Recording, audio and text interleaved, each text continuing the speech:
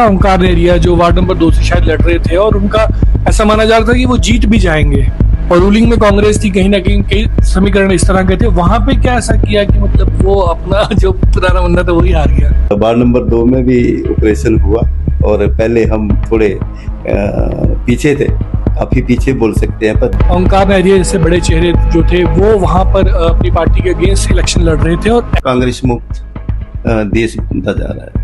तो सर धर्मशाला में जो चुनाव हुआ उसका एक आखिरी सवाल है पूछूंगा। एक बात चली उसमें कि जो कई लोगों को निष्कासित किया गया और उन्होंने कहा कि नई भाजपा पुरानी भाजपा ऐसे समीकरण वहां पे बनाए गए। क्या आपको महसूस हुआ कि धर्मशाला में इस तरह की सुगबुगाहट है कि नई भाजपा पुरानी भाजपा वाली बात है? सबको पता है देश किस ओर जा रहा है और पहले वो वहां उसमें की जो देश ओंकार कांग्रेस जो है वो इस समय हिमाचल प्रदेश में रूलिंग में है और किसी भी सरकार की एंटी इनकम्बेंसी को कैश करना एक अलग बात है, लेकिन जो धर्मशाला के समीकरण थे चुनावों के वो बड़े जटिल थे और पवन काजल जो है वो भाजपा के विधायक का कांगड़ा से और वो ऐसे प्रभारी वहां पर लगे थे। वहां पर कई तरह की बातें थी, पुरानी भाजपा नई भाजपा, सुधीर शर्मा भाजपा कांग्रेस से भाजपा में आए थे, ओंकार नेरिया जैसे बड़े चेहरे जो थे वो वहां पर अपनी पार्टी के अगेंस्ट इलेक्शन लड़ रहे थे और ऐसे में एंटी इनकम्बेंसी तो थी, लेकिन ऐसे स्वीपिंग विक्ट्री की 11 सीटें भाजपा की वहां पर आ जाना, वो भी अच्छे मार्जिन से और कई जगह कांग्रेस को 2 डिजिट में लपेट लेना। ऐसे में क्या स्ट्रेटेजी रही,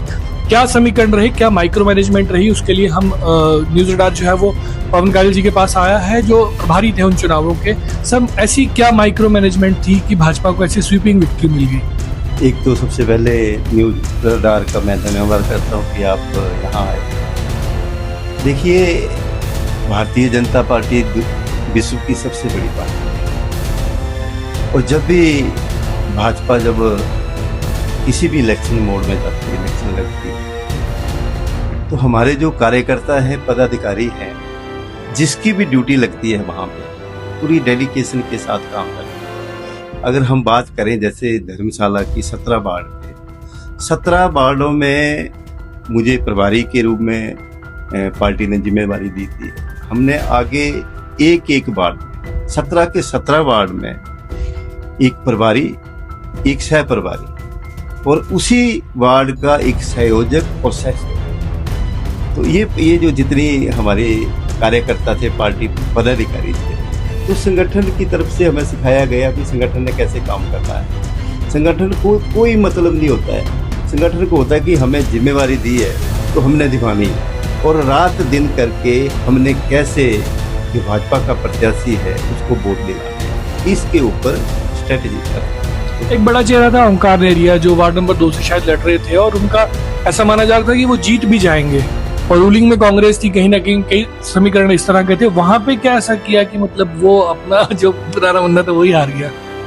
तो मैं यही तो कह रहा हूँ, जो अगर भाजपा जब इलेक्शन लड़ती है, आपने देखा पश्चिम बंगाल में कैसे हुआ, तो इसी तरह वार्ड नंबर 2 में भी ऑपरेशन हुआ और पहले हम थोड़े पीछे थे, काफी पीछे बोल सकते हैं, पर दिन प्रतिदिन जैसे जैसे इलेक्शन आता गया वैसे वैसे हमारे जो कार्यकर्ता है, हमारे जो जितने भी वहाँ पे प्रभारी सह प्रभारी संयोजक थे और वैसे भी वहाँ पे जो धर्मशाला के हमारे विधायक सुधीर शर्मा जी का भी अपना पूरा प्रभाव है वहाँ धर्मशाला। तो ये सारे कुल मिलाकर ये जीत। और दूसरी बात ये है कि सबको पता है देश किस ओर जा रहा है, देश किस ओर जा रहा है और कांग्रेस मुक्त देश बनता जा रहा है। तो पश्चिम बंगाल की बात ले लो आप, आज जो 3 निगमों 4 निगमों के जो चुनाव हुए, धर्मशाला देख लो, 17 वार्डों में से 11 प्रचंड बहुमत से 11 सीटें भाजपा ने जीती और 5 कांग्रेस को और 1 अन्य को। इसी तरह आप सोलन में भाजपा की प्रचंड जीत हुई है, इसी तरह आप मंडी के लिए भाजपा की प्रचंड जीत हुई है। तो ये आने वाले समय में जो 2027 का इलेक्शन है उसका सेमीफाइनल है। सर सेमीफाइनल तो है, आपने अब खुद बात छेड़ दी। अब आपने कहा कि बाकी उसमें देखो, पालमपुर में शांता जी की एक अपील थी कि मैं जो है एक बार जीत देख के जाना चाहता हूँ, लेकिन उनकी अपील पालमपुर में क्यों नहीं काम की? आपको क्या लगता है सर?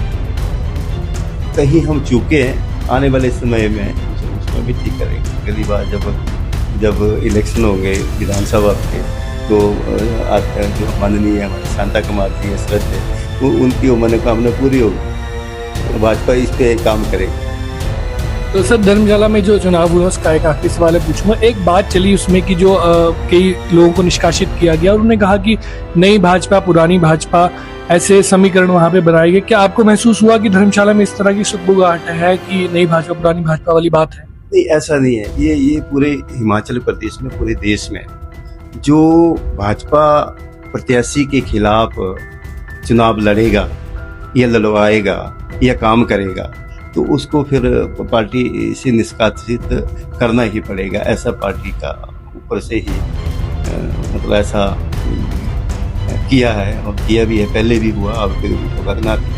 क्योंकि आने वाले समय में कोई भी जो प्रत्याशी हैं भाजपा के प्रत्याशी वो उनके अगेंस्ट खड़ा होने की जरूरत ना करे, ऐसा पार्टी का होगा। इसलिए निष्कासित भी है जो भाजपा के प्रत्याशी के खिलाफ चुनाव लड़ेगा या लड़ाएगा तो ऐसा ही होगा। एक सर आखिरी सवाल रहेगा कि पहले हम देखते थे कि राकेश पठानिया, विपिन परमार, इन लोगों की ड्यूटियां लगती थी धर्मशाला के लिए। इस बार आपकी लगी और विक्रम ठाकुर जी पूर्व मंत्री हैं भाजपा के, उनकी लगी। तो ये डिसीजंस कैसे लिए जाते हैं? ये इसका जो तय करना होता है ये हम नहीं कर सकते। ये जो हमारी प्रदेश की टॉप लीडरशिप है, हमारे जो संगठन की टॉप लीडर मतलब संगठन है वो तय करता है। ये हम तय नहीं करते किसकी ड्यूटी लगनी नहीं लगनी, वो संगठन करता है और प्रदेश की भाजपा की टॉप लीडरशिप करती है। Thank you so much sir, आपने टाइम दिया।